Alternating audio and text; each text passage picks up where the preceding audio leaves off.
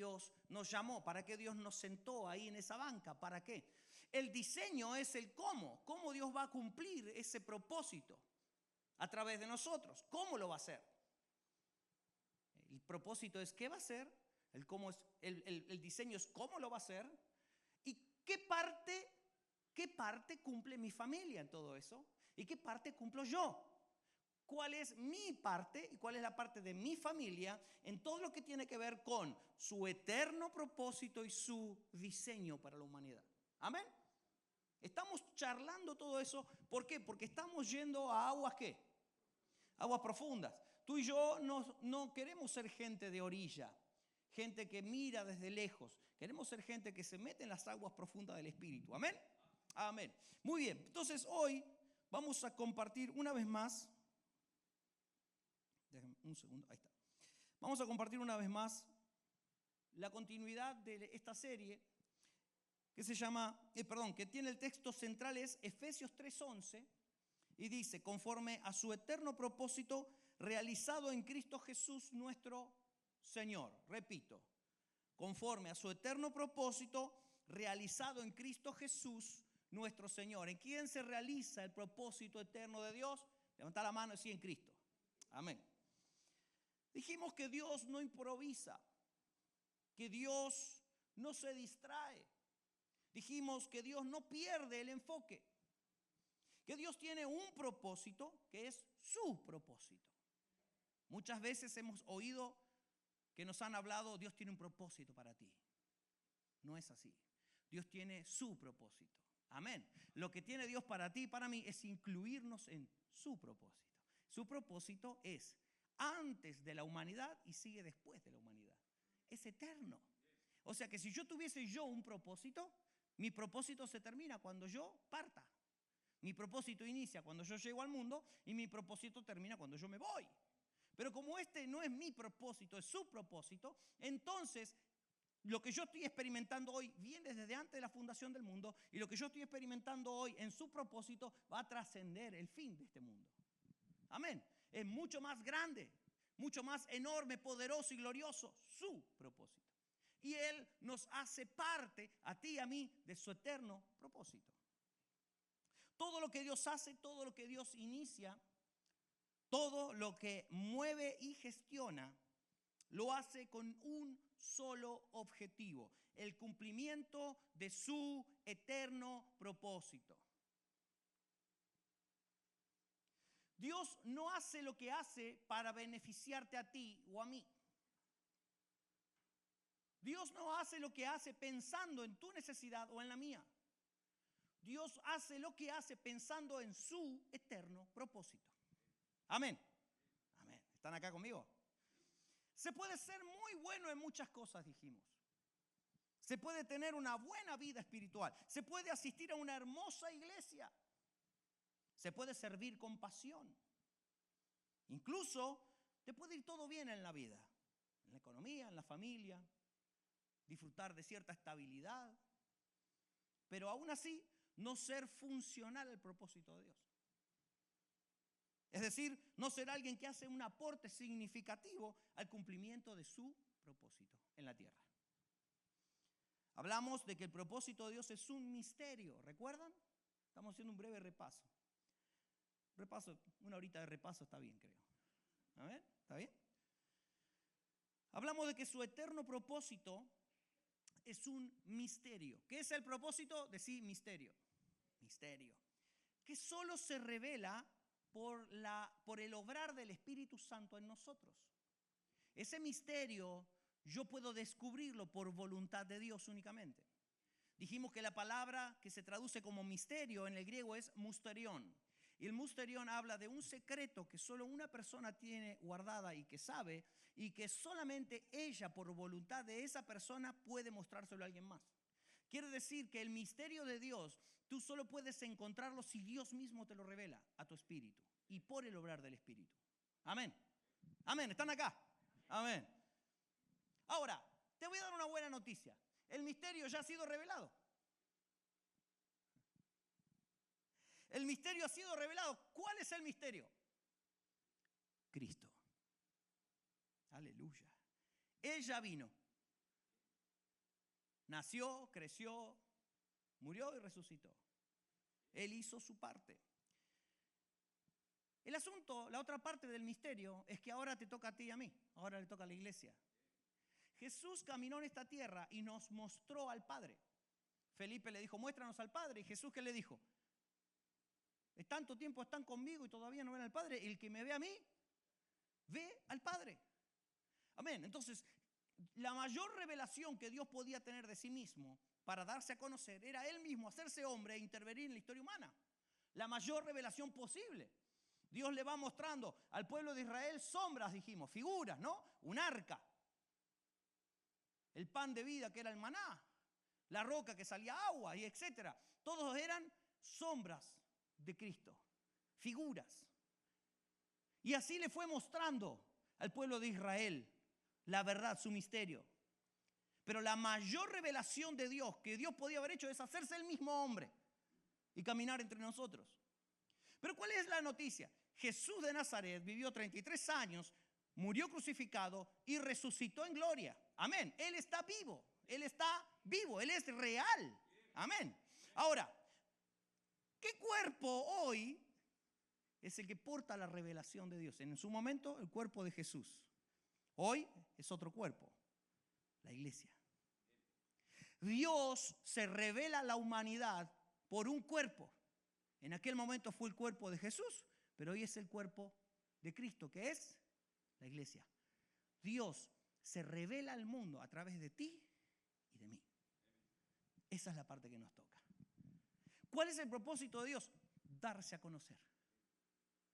¿Cuál es el deseo de Dios? Que el mundo conozca que Él está vivo y Él es real y que los ama. ¿Cómo lo va a hacer? ¿Cuál es el diseño? Dios diseñó un plan que nosotros, como iglesia, como cuerpo de Cristo, lo demos a conocer hoy al mundo. ¿Cómo entonces tú y yo podemos dar a conocer a Dios? ¿Cómo podemos, como cuerpo de Cristo, dar a conocer a Dios al mundo? ¿De qué manera? Entonces ahí dijimos cuál era la parte del plan. Los muchos hijos hechos a la imagen del Hijo. Amén. Romanos 8, 28 y 29 dice, ahora bien, sabemos que Dios dispone todas las cosas. Dios dispone todas las cosas. Todas. Repito, todas. Las buenas y las malas. Los tiempos que todo va bien y los tiempos en que todo va mal. Dios lo dispone para el bien de quienes lo aman. Dios dispone todas las cosas para el bien de quienes lo aman. Los que han sido llamados de acuerdo a su propósito. ¿Quiénes lo aman aquí? Levante la mano, a ver. ¿Quiénes aman a Dios? Aleluya. Ha sido llamado conforme a su propósito. Amén. Y todo lo que a ti te ocurre, todo lo bueno y lo malo que te ocurre es con un solo propósito. Vamos al siguiente versículo. Porque a los que Dios conoció de antemano, también los predestinó a ser ¿qué? Transformados según la imagen de su Hijo. Ok, no, el Señor está transformando mi vida. Ok, ¿qué tipo de transformación está haciendo? No, ahora soy una mejor versión de mí mismo. Falso entonces. Ese no es el obrar de Dios. Si tú lo que haces es simplemente mejorar cosas de tu vida, está bien por ti, pero eso no es el plan de Dios. El plan de Dios es que Cristo sea formado en ti. Es que tú y yo nos volvamos la imagen de su Hijo, no de la nuestra propia. Amén. El obrar del Espíritu Santo en nosotros a través de las dificultades, las pruebas, las luchas y también de los tiempos buenos, como dijimos recién, es con un solo fin, que el Hijo, la imagen del Hijo, sea formada en nosotros, que en nosotros Cristo sea formado. Aleluya. Para que Él sea el primogénito entre muchos hermanos.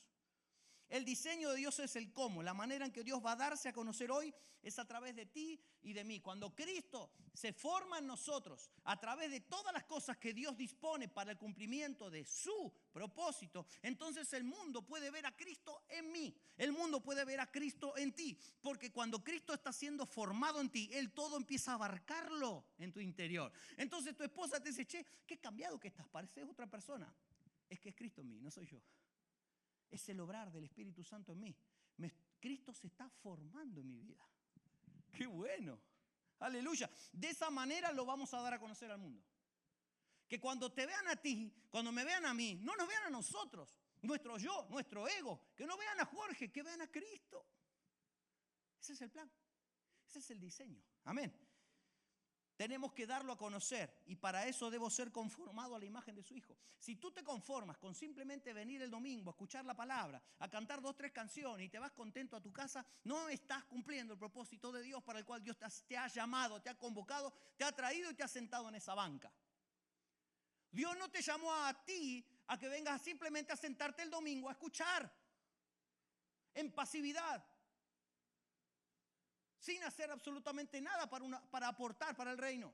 Dios no te llamó a eso. Hay algo que, bueno, ahí está el pastor, ¿no? Heme aquí, Señor, envíalo a él.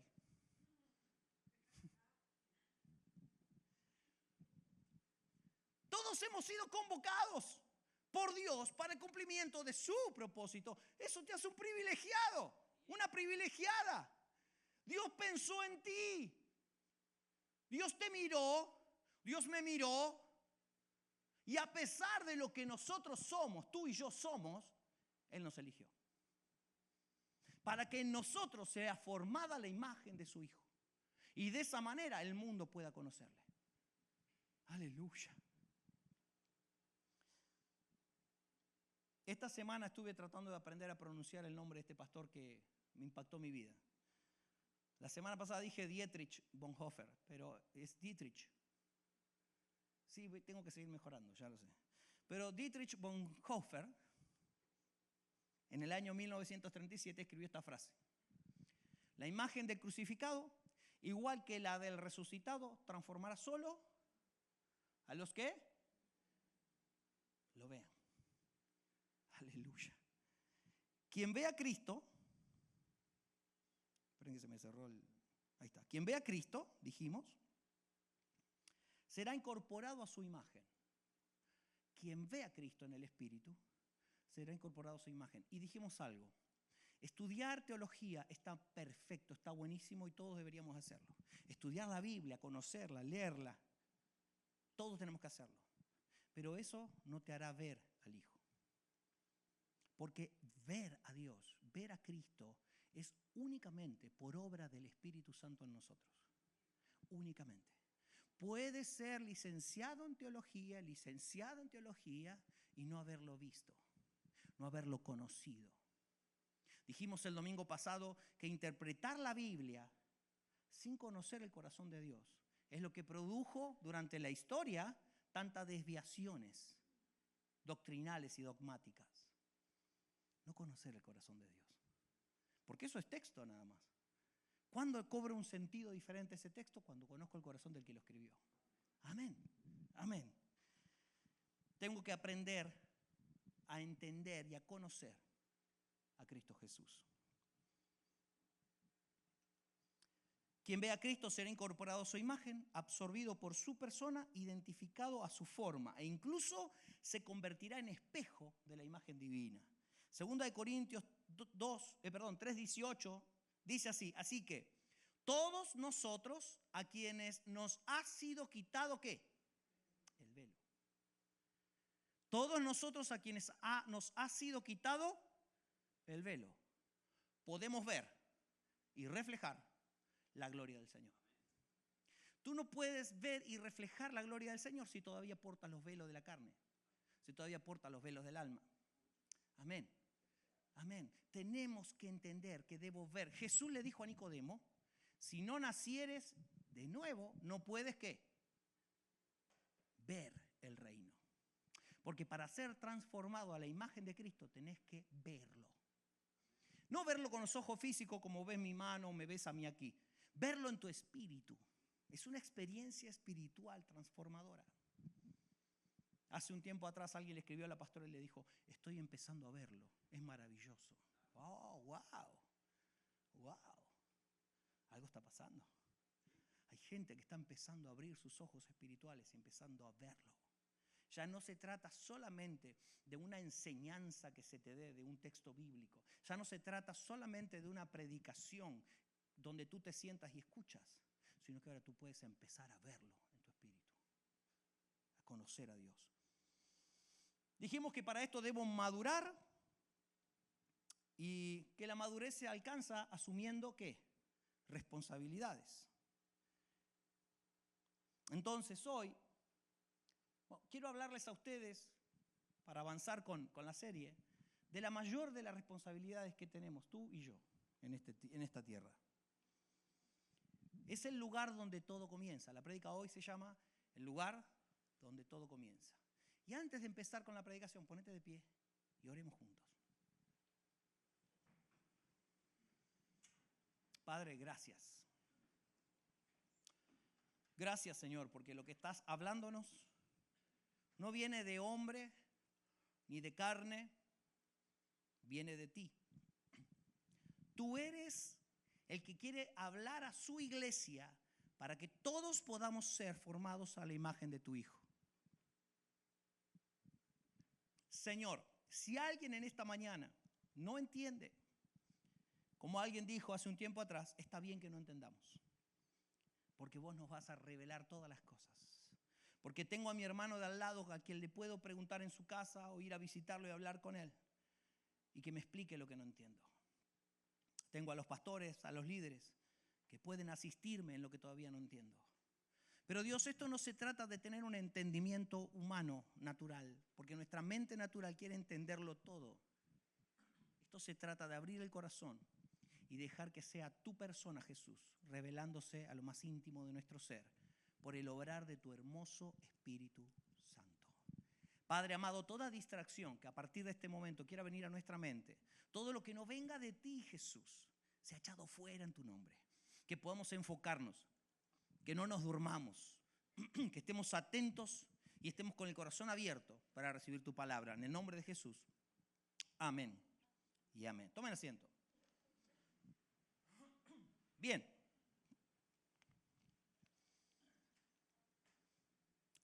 Prédica de hoy, el lugar donde todo comienza. Cuando Dios se dispone a hacer algo, mis amados, incluso en la creación misma, en Génesis, lo primero que Dios establece es una familia. Dios inicia la humanidad con una familia. Aleluya. Dios llama a Abraham y a su esposa una familia. Jacob tenía una familia. Todo lo que ustedes ven a través de la Biblia son familias. Dios obra con familias. Su plan incluye las familias. Amén. Dios diseñó a la familia. La familia no es un capricho tuyo o mío. La familia es un diseño eterno. Amén. Entonces yo voy a hablar hoy acerca de la familia. No sé cuántos domingos nos va a llevar porque es muy profundo. Pero yo no te voy a hablar hoy de 4 tips para que tú mejores tu relación con tu esposo o con tu esposa. Eso está muy bien, pero no es lo que nosotros vamos a estar hablando ahora. Amén. Por eso les digo que si ustedes esperan simplemente unos tips o consejos para mejorar el matrimonio, no lo van a encontrar en esta serie. La idea de esta serie es cómo la familia está ensamblada y insertada en el diseño y el propósito eterno de Dios. ¿Por qué? Porque vos y yo podemos ver las cosas de manera natural. Tú y yo podemos ver las cosas de manera humana. Ay, mi esposo es muy desordenado. Voy a empezar a insistirle para que sea ordenado, ¿no? Entonces, él empieza a tratar de ordenar y ser más ordenado, etc. Está perfecto, está muy bien eso. Pero eso es el plano natural. ¿Hay que mejorar? Claro, hay que mejorar. No lo vamos a discutir. Pero nosotros en estos domingos no vamos a hablar de la familia desde el plano natural. Va a ser desde el plano eterno. ¿Cuál es la función de la familia en la eternidad? Amén. Aleluya. Hay dos que están acá conmigo. En los primeros 2 capítulos de Génesis podemos ver el comienzo de la raza humana y comienza ¿con qué? Con una familia, un matrimonio. Amén. En ese Edén, donde había un matrimonio, el centro del Edén, ¿qué tenía? El árbol de la vida. ¿El árbol de la vida es figura de qué? Uno solo que se la sabe. El árbol de la vida es figura de Cristo. O sea que es, el plan de Dios en el Edén es un matrimonio y en el centro, ok. Dejamos eso por ahí y seguimos. Una familia con Cristo en el centro. Ese es el plan desde el inicio. Esa es la idea original. Cristo vino a una familia. El creador del universo, de todo lo que existe, dice que todo fue creado por Él y para Él, se hizo bebé y fue criado en un seno familiar. Tuvo papá, tuvo mamá, terrenales, tuvo hermanos. Tú y yo llegamos a este mundo en una familia. Bueno, puede haber excepciones, pero la mayoría de nosotros, ¿sí? Llegamos a un seno familiar. Quizás mamá no estuvo, pero estuvo la abuela. Siempre hubo alguien que tiene que ver con el vínculo familiar que nos guió en los primeros pasos de la vida. ¿Por qué? Porque el ámbito, escúchenme, el ámbito familiar es la clave para el desarrollo de la vida de cualquier persona. Repito, el ámbito de la familia es la clave para el desarrollo de la vida de cualquier persona. ¿Está bien? Ok. Por eso el diablo intenta destruir la familia todo el tiempo. Los movimientos LGQCTB y todas esas cosas atentan contra la familia. El pro-aborto atenta contra la familia. Y tú y yo podemos decir, che, ¿a vos te parece esta gente que quieren legalizar el aborto? Y tener una mirada natural de eso, y está bien. Tenemos que ver lo espiritual. Eso está atentando contra un modelo creado en la eternidad. Oigan, es algo que atenta contra el modelo creado en la eternidad, sobre el cual se apoyan todas las cosas. No estamos hablando de cualquier cosa. Por eso el diablo se está ensañando de esa manera. Entonces, ¿cuál es el propósito de la familia? ¿Cuál es el propósito de la familia? Miren, Primera de Reyes, esto lo dijimos una vez, pero lo vamos a volver a decir. Primera de Reyes, capítulo 6, versículo 7, dice, las piedras que se usaron en la construcción del templo, este es el templo de Salomón, ¿sí? Un templo glorioso, poderoso, maravilloso. Las piedras que se usaron en la construcción del templo se labraban ¿dónde? En las canteras. Y dice, de modo que no hubo ruido de martillo, ni de hacha, ni de ninguna otra herramienta de hierro en el lugar de la obra. Y ustedes dirán, ¿qué tiene que ver esto, pastor, con la familia? No sé, no, sí sé. Amados, el hogar es una cantera. El templo simboliza la iglesia de Cristo, no las paredes, la iglesia. Y la cantera es donde se preparan las piedras que van a ser ensambladas a la perfección para edificar el templo. Eso es lo que se hacía en aquel momento. Ellos no llenaban de tierra y de ruidos el templo. El templo estaba y se construía en completo silencio. Ahí dice, no había ruido de herramienta, ni tierra por todos lados, como a veces le pasa a alguno que está construyendo por ahí. Ni aserrín de los cortes de la madera. Nada de eso había en el templo.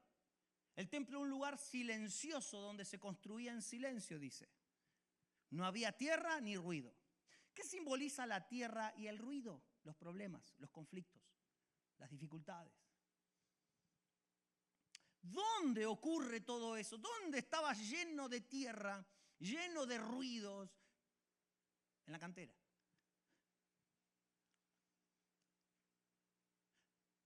El apóstol Pedro habla de que somos piedras vivas, ¿cierto? Ok. El apóstol Pedro dice que tú y yo somos piedras vivas que formamos parte de la edificación de la iglesia de Cristo. Amén. Ahora, estas piedras vivas, ¿dónde son talladas? En la cantera. La cantera es el hogar. La cantera es la familia. ¿Y por qué digo esto? Porque estamos acostumbrados a la consejería y la ayuda pastoral. Y eso está bien. Amén. No está mal, está bien. Pero lo cierto es que bajo la realidad espiritual del nuevo pacto, son las familias las encargadas del desarrollo espiritual de cada integrante. Repito, bajo la verdad del nuevo pacto y la realidad que queremos expresar, las familias, el hogar es el lugar del desarrollo espiritual de cada uno de sus integrantes. Si tu hijo está rebelde, no es responsabilidad del pastor ni de los líderes de jóvenes. ¿De quién es la responsabilidad? De los padres. Porque esa piedra viva debe ser tallada en la cantera, que es el hogar, y ahí va a haber conflictos. Ahí va a haber ruido. Ahí va a haber polvo. Quiere decir que si tú en tu hogar estás viviendo ruido y polvo, es porque estás preparando una piedra para la obra del Señor. Es normal el ruido y el polvo en la cantera. Es normal los conflictos en la familia. Son normal. No te asombres. No quieras salir huyendo. Es lo que nos toca a todos porque nosotros somos los padres encargados de formar. Dar forma a las piedras vivas para que sean insertadas en la edificación del templo eterno que Dios está construyendo, que es su cuerpo, que es la iglesia. Amén. Hasta acá me va siguiendo. Por eso no podemos tomar livianamente el matrimonio, la paternidad, ni la crianza de los hijos. No podemos querer asumir todos esos roles desde un plano natural. Simplemente tenemos que vivir en una realidad que sea la realidad del espíritu, no la de la carne. Y repito, no está mal que tú aprendas y te instruyas y quieras ser mejor en la tarea que tengas que hacer todos los días como padre, como madre. Pero eso no termina ahí. Porque no, si tú simplemente lo que haces es, bueno, ya no dejo más las medias tiradas, ahora las pongo en el cesto para lavar la ropa. Y crees que eso te ha hecho mejor marido, tú estás errándole al blanco. Haz eso también, pero tú tienes que entender cuál es tu rol en el espíritu, cuál es tu función eterna dentro de tu hogar. Amén. Ok. Educar a los jóvenes es el deber de la familia, educar a los niños, no de la hermana Ana Moreno. No del pastor, no de los líderes. Miren, hemos visto cientos de casos. Pastor, mire, acá le traigo al Ruperto, que está rebelde. Háblele, pastor, háblele, órele, pastor. ¿No? Y el pastor está 2 horas hablando con Ruperto, ¿no? Pero Ruperto vuelve a la casa y nada de lo que ve en la iglesia, nada de lo que le dijo el pastor, ve que se hace real.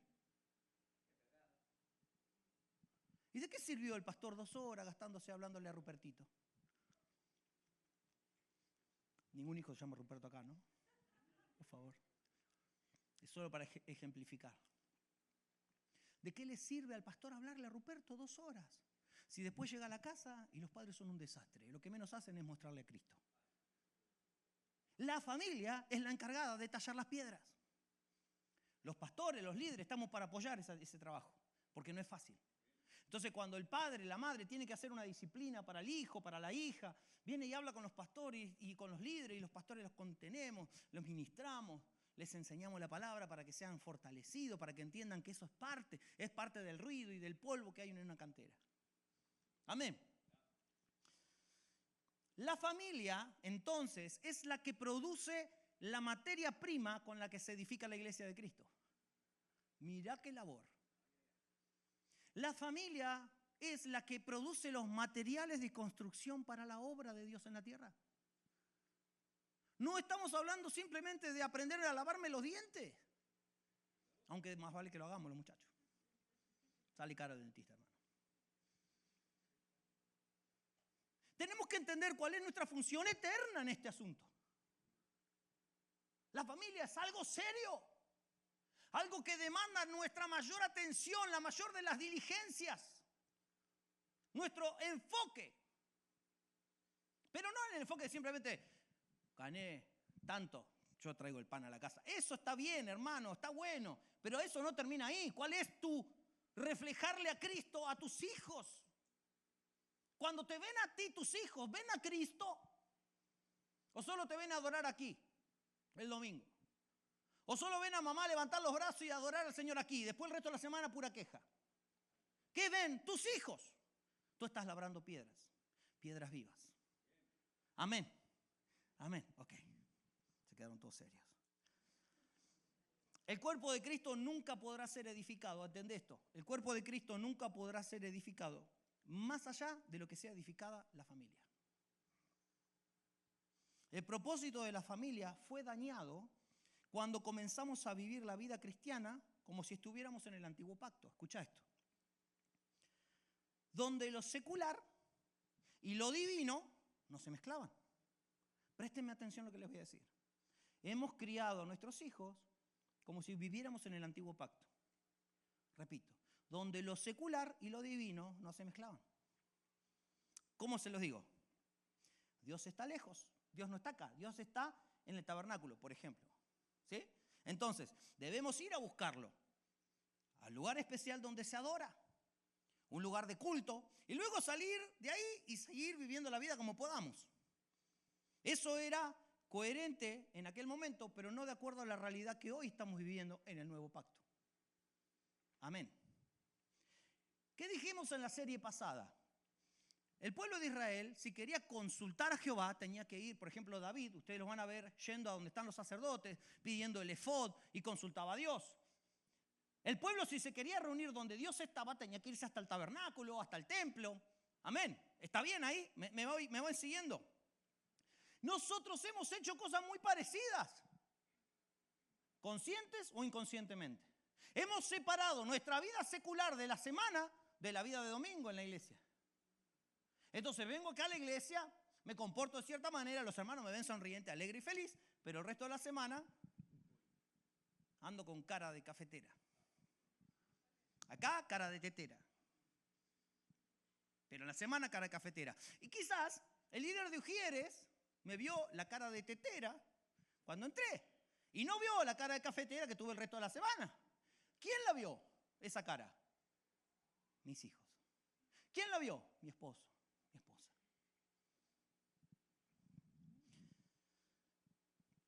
¿Qué dijimos en la serie pasada? En Él existimos, nos movemos y somos en Cristo. Ya no es una vida separada, lo secular de lo religioso, de lo sagrado. Ahora lo sagrado nos habita. Donde estemos, lo sagrado se debe expresar en nosotros. Donde estemos, cuando sea, en cualquier ámbito, Cristo tiene que ser visto. Ya no es un lugar de culto al que voy como en el Antiguo Testamento. El lugar de culto ahora es mi corazón. Me reúno con los hermanos porque comparto con ellos, porque hacemos una adoración congregacional, porque la palabra me edifica, la predicación me inspira, me ayuda a seguir avanzando, a seguir creciendo y aprendiendo, pero es en la vida de todos los días. Yo siempre le digo a los varones, el hombre y la mujer de Dios, hablando de varones, el hombre de Dios, no es el que está parado acá. El hombre de Dios es el que es cuando se baja de acá. Mi hermano, mi hermana, tú no eres quien está aquí, tú eres el resto de la semana. Alguien dijo, la iglesia es el mejor lugar para ser hipócrita.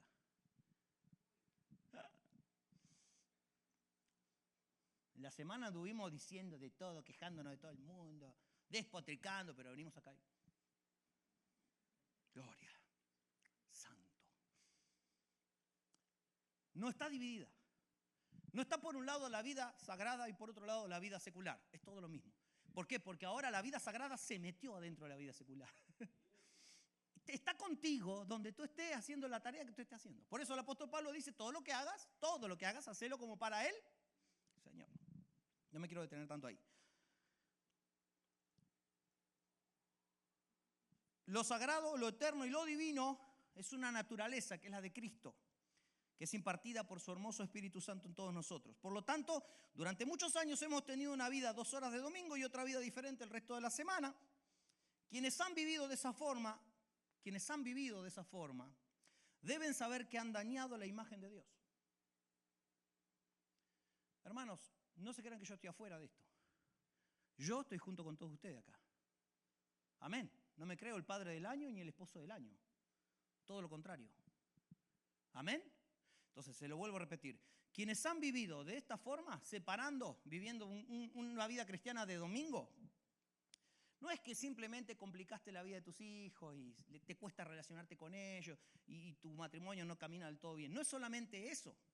Tú has dañado la imagen de Dios, la imagen de Cristo y la iglesia dentro de tu hogar. Viviendo así, hemos impedido que nuestros hijos vean a Cristo en nosotros.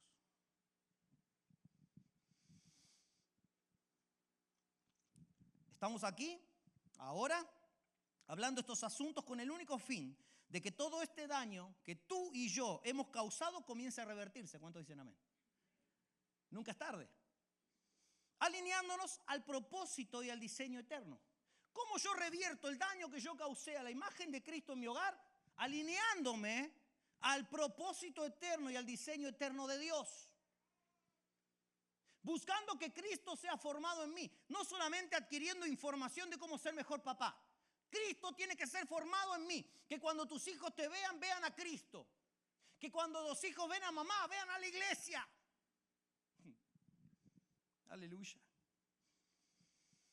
Bendito sea tu nombre. Tenemos que alinearnos al propósito y el diseño eterno de Dios para la familia, para el matrimonio, para el hogar y para los hijos. ¿Cuál es el propósito del matrimonio? El propósito del matrimonio. Está bien, me quedan 2 horas todavía, estamos en horario. Primero, el matrimonio es una idea de Dios. El matrimonio es una idea de Dios. Es algo que viene desde la eternidad. Podemos interpretar la vida desde el plano natural, superficial, o desde lo eterno, desde lo espiritual. El matrimonio y la familia no están para que tú y yo seamos felices. ¿Y vieron las historias? Y fueron felices para siempre.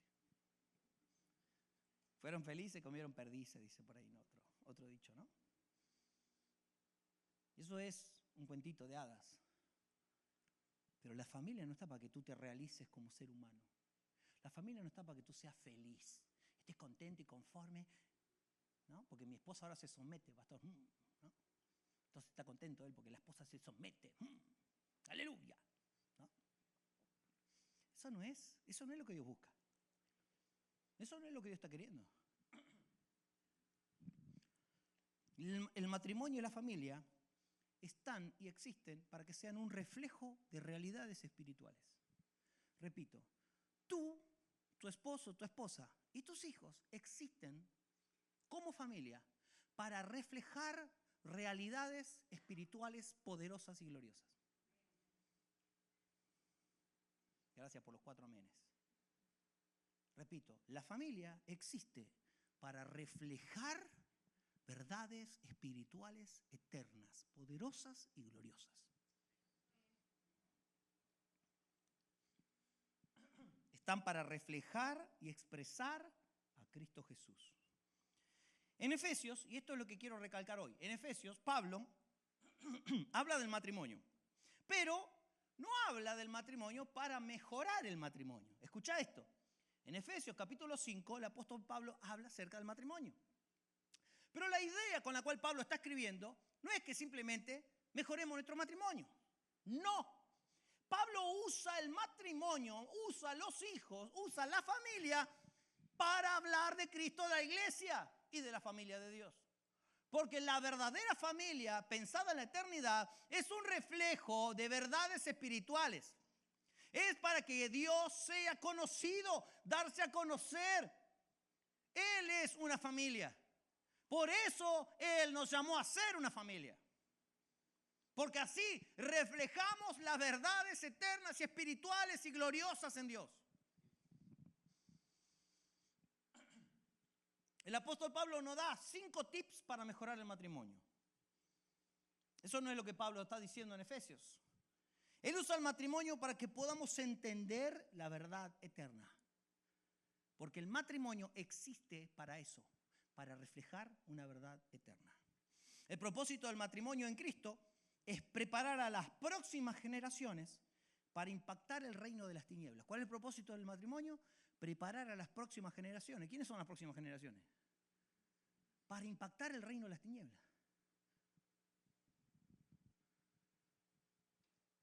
Y para que esas nuevas generaciones impacten el reino de las tinieblas, tienen que ver a Cristo en ti. Miren, Salmo 127:4 lo que dice. Como flechas en las manos del guerrero son los hijos de la juventud. Como flechas en las manos del guerrero son los hijos de la juventud. ¿Saben para qué servía una flecha en esa época? Para que el guerrero tuviese un alcance mucho mayor de lo que él podía alcanzar. La flecha podía llegar a donde el guerrero jamás podía llegar. La flecha, con un arco bien tensado y bien preparado, podía dar en el blanco a mucha distancia, donde el guerrero no podía llegar a impactar, impactaba la flecha. Eso es un hijo.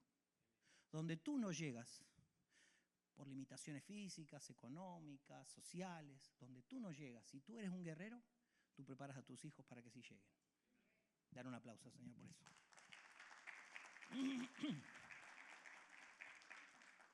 El ámbito del hogar existe con el único fin de que Cristo sea manifestado en nuestro matrimonio y familia. La única manera de que tu matrimonio funcione, oíme bien, ¿cuántos quieren saber la única manera que el matrimonio funcione? ¿Amén? No, los demás no, pastor, yo tengo un matrimonio espectacular, ¿no?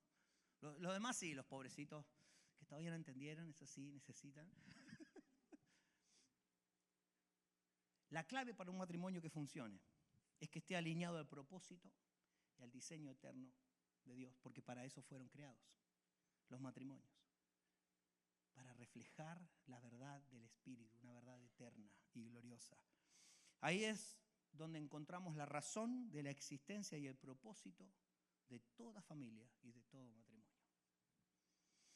Solo cuando algo se inserta en el lugar que debe ocupar según su diseño, es cuando va a funcionar de la manera correcta. Si tú, mi hermano querido, tomas una herramienta que es para cortar y la quieres usar para perforar, no va a servir, ¿cierto? ¿El problema es la herramienta? No. El problema es que vos no estás entendiendo la herramienta que tenés que usar. Hay herramientas que han sido diseñadas para determinada función. Y hasta que tú no la ocupes para aquello que ha sido diseñada esa herramienta, no te va a servir. ¿No es cierto? ¿Me estoy explicando? El matrimonio fue diseñado para reflejar a Cristo. Ese es el diseño, Cristo y la iglesia. Hasta que no lo uses con ese fin, no va a funcionar como debe funcionar. ¿Cuándo tu matrimonio va a empezar a funcionar bien? Esto no quiere decir que no tengan conflictos, como dijimos, el polvo, la tierra, el ruido, siempre va a estar en la cantera. Pero tu matrimonio va a ser funcional al propósito de Dios y eso va a hacer que tu matrimonio sea funcional en la tierra. Amén. Cuando vos dejás de mirar, ay, ¿cómo quiero que este cabezón cambie de una vez porque viene con esa cara, ¿no? Cuando dejes de pensar así y entiendas que lo que tienes que buscar es ser el reflejo de Cristo en la tierra, a tus hijos primeramente, a tu esposo, a tu esposa, entonces tú empiezas a colocar esa pieza en el lugar donde fue diseñada, para lo que fue diseñada, y de esa manera va a funcionar de la manera correcta. Amén. Amén. Efesios 1, 9 y 10, NBI dice: Él nos hizo conocer el misterio de su voluntad conforme al buen propósito que de antemano estableció en Cristo. Mira el siguiente versículo. Para llevarlo a cabo cuando se cumpliera el tiempo. Esto es, reunir en Él. ¿En quién? en Cristo. Reunir en Cristo todas las cosas, tanto las del cielo como de la tierra. Escuchen, esto es importantísimo entenderlo. El plan de Dios tiene que ver con reunir todas las cosas en Cristo. Reunir todas las cosas en uno, su Hijo. Dios no anda con complicaciones. Dios se simplifica las cosas. El uno es un número sencillo. No trae complicaciones. Dios se dispone a reunir las cosas de la tierra y las cosas del cielo en uno, que es Cristo. ¿Qué pasa cuando se unen el hombre y la mujer? ¿Se hace un qué? Una sola carne. Ahí está el plan. Reunir a dos en uno. Reunir todas las cosas creadas en Cristo. Aleluya. El matrimonio es la más pura y efectiva manifestación del uno. La voluntad de Dios es reunir todo en Cristo, es decir, un matrimonio en Cristo, tu matrimonio en Cristo, tus hijos en Cristo. Aleluya. Tu hogar en Cristo, tus finanzas en Cristo. Todo debe ser reunido en el uno, en el Hijo. Todo, cuando vos metés a tu esposa en Cristo, cuando vos te metés en Cristo, cuando tus hijos se meten en Cristo, tus finanzas se meten en Cristo, tu hogar se mete en Cristo, es el uno. Está todo reunido en Cristo. Ese es el plan de Dios. Bendito sea el nombre. El propósito del matrimonio es ser la mayor manifestación de la realidad del uno de Dios en la tierra. Para que Cristo sea uno en todos y todos estemos reunidos en Él. Una vez dijimos, Dios no tiene millones de hijos, tiene uno, que es Cristo. Y nos reunió a todos nosotros adentro de Él. Por eso somos el cuerpo de Cristo.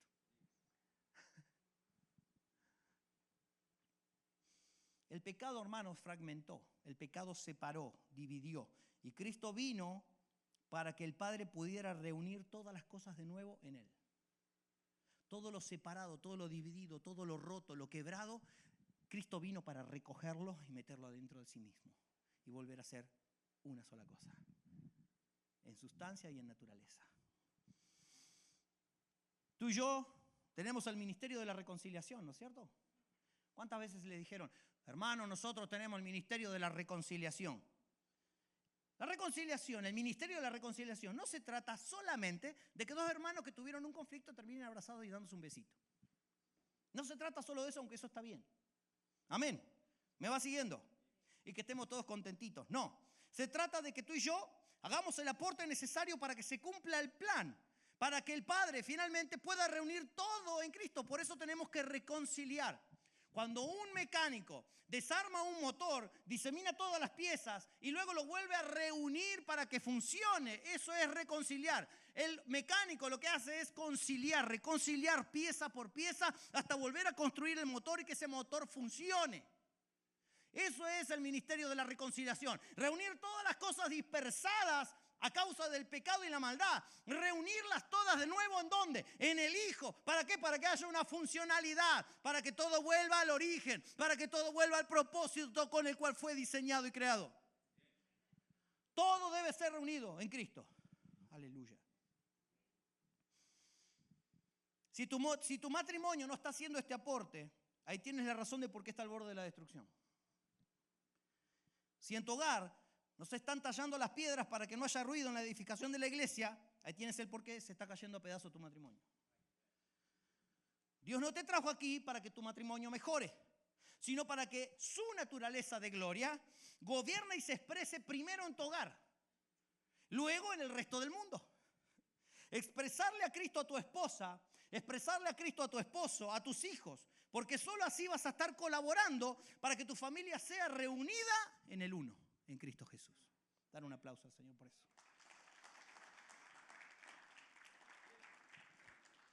Primera de Corintios 6:17 dice, pero el que se une al Señor, ahí aparece, Primera de Corintios 6, 17. Pero el que se une al Señor se hace uno con Él en espíritu. Tu trabajo como papá, como mamá, es que tus hijos, tú y tu esposo, tu esposa sean reunidos en uno, en Cristo. Porque el que se une al Señor se hace uno con Él en el espíritu. David Firman, quien va a estar viniendo para el retiro de varones para fin de año, dijo: si Cristo está en mí y ahora yo soy uno con Él, esto se tiene que manifestar primeramente en mi familia. Si Cristo está en mí y ahora yo soy uno con Él, esto se tiene que manifestar primero en tu familia, en tu hogar. Tu familia existe no porque se te ocurrió a ti. Le voy a proponer matrimonio a esta chiquita que está muy enamorada de mí. No se trata de eso. Existe porque Dios quiere manifestarse y darse a conocer al mundo, y tu familia es fundamental para que ese propósito ocurra. Deja de renegar de tu cónyuge. Deja de quejarte de tu pareja. Deja de quejarte de tus hijos. Y comenzá a expresarles a Cristo. Comenzá a mostrarles la naturaleza de Cristo en ti. Comenzá a vivir la vida gloriosa que te fue impartida por el Espíritu Santo. Tú ya la tienes. Ya la portas. Tienes que darle más lugar a Cristo en ti. Ir a la cruz es fundamental. Porque si no vas a la cruz y mueres, Cristo no puede crecer en ti. Se va a ver más a tu persona que a Cristo. Deja de quejarte. Deja de querer cambiar al otro. Deja de querer obligarla a que actúe de la manera que a ti te parece que tiene que actuar, y empieza a mostrarle a Cristo. El amor de Cristo, la paz, para que gobierne el Espíritu Santo en tu hogar. Morite, anda a la cruz y morite antes de quejarte. Ve a la cruz y muere a tu carne que desea que tu esposo deje de dejar la media tirada. Ve a la cruz y muere al deseo de que tu esposa se deje de quejar de que tú dejas la media tirada. Y dejemos que Cristo se exprese. Esa es la única forma de que nuestro matrimonio sea una representación del misterio eterno de Dios revelado a la humanidad. Busca que toda tu familia, por obra del Espíritu Santo, sea reunida en Cristo, para la gloria de Dios Padre, y tendrás la plenitud de la Trinidad habitando en tu hogar. Esa es la única manera de tener un hogar de verdadera plenitud. Entonces, lo último que les voy a decir hoy: ¿cómo experimentar la plenitud en el matrimonio? ¿Cómo yo puedo experimentar la plenitud con este cabezón que tengo al lado? ¿Cómo puedo experimentar la plenitud con la enojona que tengo al lado? Primero, hermano, eso es lo que elegimos nosotros, nadie nos obligó. ¿Amén? Ya saben que el matrimonio es como la mafia: una vez que entras, no puedes salir, muerto salí de ahí. ¿Okay? ¿Amén?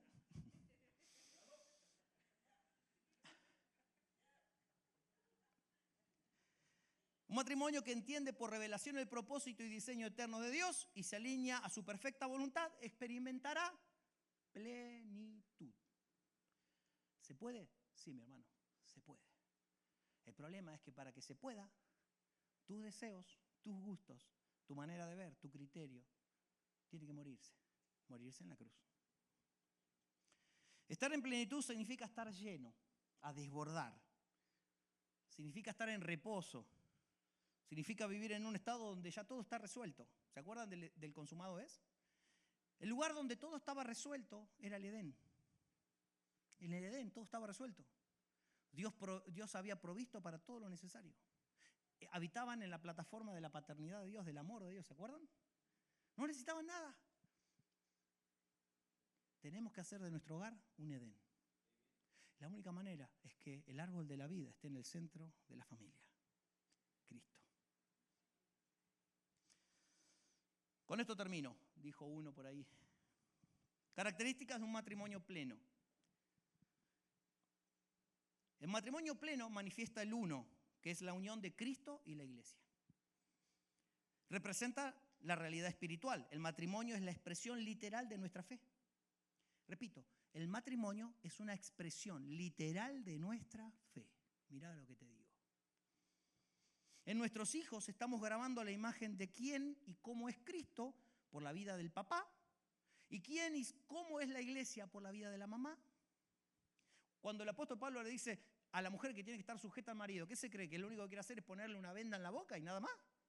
No, quiere que la mujer sujeta al marido sea la fiel imagen de Cristo. De la iglesia sujeta a Cristo.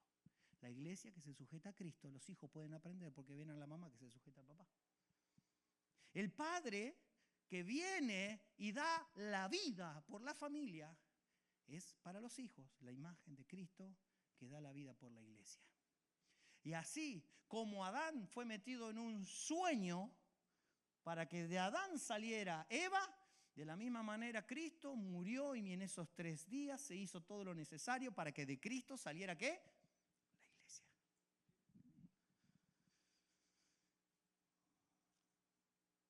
¿Ustedes creen que Dios es improvisado? Aleluya. Todo es Él. Todo es Cristo, todo es la iglesia, todo es Él, todo es su plan. Un matrimonio pleno forma las siguientes generaciones para avanzar en el plan de Dios, en el plan eterno de Dios. Un matrimonio pleno vive en Cristo. Cristo es el centro del hogar y de la familia. Un matrimonio pleno disfruta del vínculo con el otro, entendiendo que es la idea eterna de Dios. Un matrimonio pleno vive con propósito y está entregado a la tarea de formar a Cristo en sus corazones por completo. Esa es su única meta cada día. Manifestar el amor genuino de Cristo es la consecuencia de un matrimonio en plenitud. Un matrimonio pleno entiende y respeta las diferencias del género, de las personalidades y las etapas de madurez de cada integrante de la familia. Un matrimonio pleno se comprometen uno con el otro para siempre. Un matrimonio pleno vive en permanente acuerdo. Y un matrimonio pleno tiene intimidad satisfactoria. ¿Me entendieron, no? Hay chicos acá. Yo le estoy dando un paneo así del matrimonio pleno. Después, más adelante, lo veremos un poquito más en profundidad. Va a haber grupos de matrimonios otra vez, como hubo antes. Ahí van a poder charlar, que se arréglense, ¿ok? Todo esto, un matrimonio pleno, es un fiel reflejo de la Trinidad y de la unión de Cristo y la iglesia. Amén. Entonces, tú no puedes edificar el cuerpo de Cristo, dijimos, más allá de lo que edificas tu familia. Tú no puedes servir al cuerpo de Cristo más allá de lo que sirves a tu familia. Hay gente que quiere servir en la iglesia, pero a su familia no le sirve. Tú tienes que primero servirles a tus hijos, a tu esposa, a tu esposo, para luego poder servir en la iglesia. Tú tienes que edificar a tu esposa, a tu esposo, a tus hijos, para luego poder edificar en la iglesia. Amén. No puedes ser un aporte a la madurez espiritual en el cuerpo de Cristo si no eres eso para tu familia. Si tú no eres un aporte para la madurez espiritual de tu familia, ¿cómo lo vas a hacer en la iglesia? Porque la iglesia se nutre, se edifica con los materiales de construcción que proveen las familias. ¿Qué tipo de cantera es tu hogar? ¿Qué tipo de materias primas le estás preparando a Dios para la edificación de su iglesia? ¿El ruido y el polvo está en tu hogar y el silencio en la edificación? ¿O es al revés? Repito la pregunta. ¿El ruido y el polvo está en tu hogar y el silencio en la edificación? ¿O al revés? El propósito de la familia es eterno. El propósito de tu matrimonio es eterno. El plan de Dios para tu familia es eterno. Nunca lo entenderás si solo los miras con tu mente natural. Si lo único que haces es rezongar y quejarte de tu marido, de tu esposa, de tus hijos, estás mirándolo con la mente natural. Estás mirándolos con los ojos de la carne. Estás mirando y estás poniendo tu mirada en las vasijas de barro y no en el tesoro que portan. Lo hemos dicho, la iglesia de Cristo no es la que ves. No es la vasija de barro que se ve delante de tus ojos físicos. La iglesia de Cristo es el tesoro que está dentro de esa vasija. Lo mismo en tu hogar. Tu esposa, tu esposo, tus hijos. No pongas tu mirada natural en la vasija de barro, porque es horrible la vasija de barro. Tenés que ver el tesoro que la habita. Y hacer lo necesario para que ese tesoro sea grande cada vez más y sea cada vez más visto por el resto. Amén. Que tu familia sea la expresión de la eternidad. Cristo, la iglesia, la Trinidad, la plenitud, todo habitando en tu hogar. Eso es el propósito para el cual Dios creó el matrimonio, para el cual Dios pensó en la familia. Amén. Nunca tendrás paz en el hogar si solo persigues objetivos y metas temporales. La única manera de experimentar la plenitud en el hogar es ser reunidos todos en Cristo y así cumplir el plan divino. El ser integrados, cada uno de nosotros, en el uno, en su Hijo, en Cristo. Todo el pecado lo diseminó todo, lo rompió todo. Nos ha sido entregado el ministerio de la reconciliación. Conciliar todas las cosas, volverlas uno. Todo un montón de piezas se vuelven un solo motor. Amén. Y ese motor impulsa un carro. Pero cada pieza forma parte indispensable para el funcionamiento correcto de ese motor. Ese es el ministerio de la reconciliación. Conciliar todas las piezas que están disgregadas y separadas y reunirlas en uno, para que seamos funcionales al propósito eterno. Ponete de pie. Dale un aplauso al Señor. Amén. Gloria a Dios. Más fuerte, ¿qué? Más fuerte, es para el Señor. No es para mí, es para Él. Aleluya. Gloria a Dios. Hermanos, recién calentamos motores con el tema de la familia. Recién estamos arrancando. Esto es solo la primera partecita de todo lo que vamos a ver de la familia. Y después de nosotros, la familia y yo. Y luego vendrá una nueva serie que ya estamos preparando. Amén. Pero yo quiero que te lleves de acá. Amados, hay gente que me ha dicho esta semana: pastor, yo me voy a mi trabajo y escucho 2 o 3 veces más la predicación suya en la semana. Hagan esas cosas. Vuelvan a escucharla una y otra vez. Porque la Biblia dice que en la repetición está la enseñanza. Y hermanos, si tienen dudas, si ustedes no entendieron algo que es normal que eso ocurra, le preguntan al alba. ¿Amén? Amén. Estamos para servirles, tanto los pastores como los líderes de la iglesia, para asistirles en lo que ustedes necesiten. Estamos para ustedes. No tengan pena, vengan, no entendí esto, pastor, hermano querido, no entendí, hermana querida, no entendí. Ahí estamos, para ustedes. ¿Amén? ¿Amén? ¿Qué tal si cerramos nuestros ojos? Hoy